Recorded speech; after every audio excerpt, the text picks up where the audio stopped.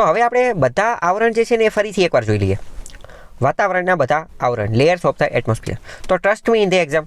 TR એટલે troposphere, ST એટલે સ્ટેટોસ્ફિયર, મી એટલે મિઝોસ્ફિયર, IN આઇનોસ્ફિયર, TH થર્મોસ્ફિયર અને એક્ઝામ એટલે કે એક્ઝોસ્ફિયર.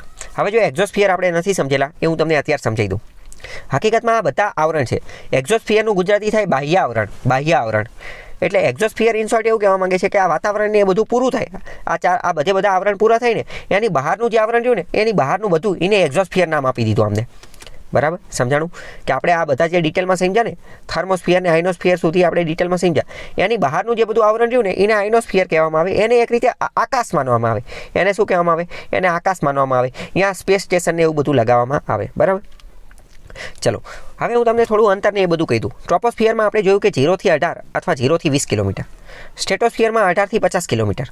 મિઝોસ્ફિયરમાં આપણે શું જોયું તો કે 50 થી 80ની આજુબાજુ જોયું હતું. બરાબર. થર્મોસ્ફિયરની અંદર અને એક્ઝોસ્ફિયરની અંદર એટલો કોઈ એક્ઝેક્ટ આંકડો આપણે જોયો ન હતો, પણ થર્મોસ્ફિયરમાં આપણે જોયું હતું કે 900 ડિગ્રી સેન્ટીગ્રેડ જેટલું તાપમાન એ બધું જોવા મળે છે.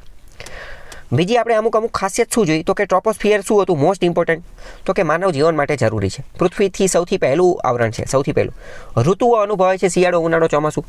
વાતાવરણીય ઘટના જોવા મળે છે, ગાજવીજ, વરસાદ, વાદળા, આવું બધું જોવા મળે છે. ઋતુ મોસ્ટ ઇમ્પોર્ટન્ટ, ઋતુના આધારે યાદ રાખવાનું.